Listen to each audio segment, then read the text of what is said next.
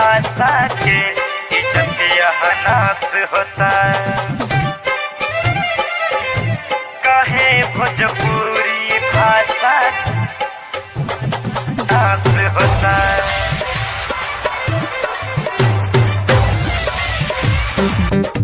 पवन भैया तोहे कैसे बोलह बर्दाश्त होता।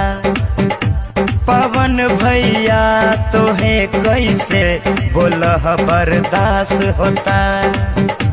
पवन भैया बोला कैसे तोहे बर्दाश्त होता। तोहे बर्दाश्त होता। काहे भोजपुरी भाषा के इज्जतिया नाश होता।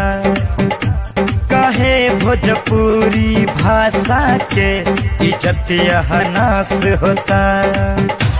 काहे भोजपुरी भाषा के इज्जतिया नाश होता।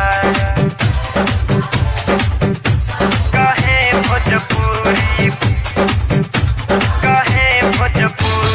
भाषा के इज्जतिया नाश होता।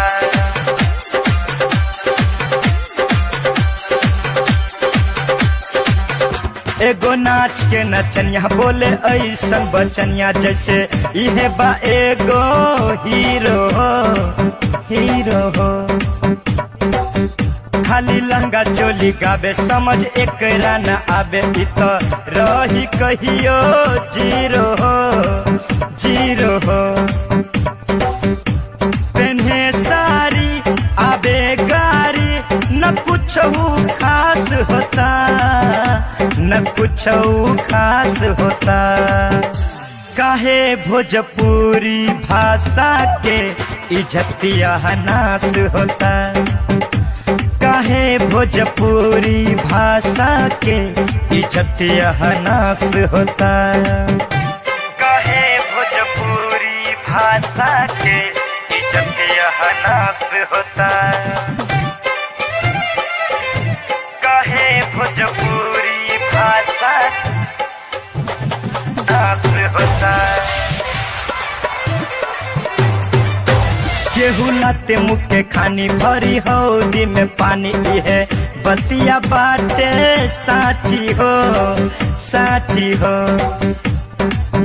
पाछे कुकुर न पूछी कहतानी साची मुची तो चौकी पर फिर से ना नाची हो नाची हो। इहे सोची वीरेंद्र बबलू हो मन मा उदास होता के मन मा उदास होता। काहे भोजपुरी भाषा के इज्जतिया नाश होता। काहे भोजपुरी भाषा के इज्जतिया नाश होता। पवन भैया बोला कैसे तोहे बर्दाश्त होता। तोहे बर्दाश्त होता बर्दाश्त होता। काहे भोजपुरी भाषा के इज्जतिया नाश होता। काहे भोजपुरी भाषा के इज्जतिया नाश होता।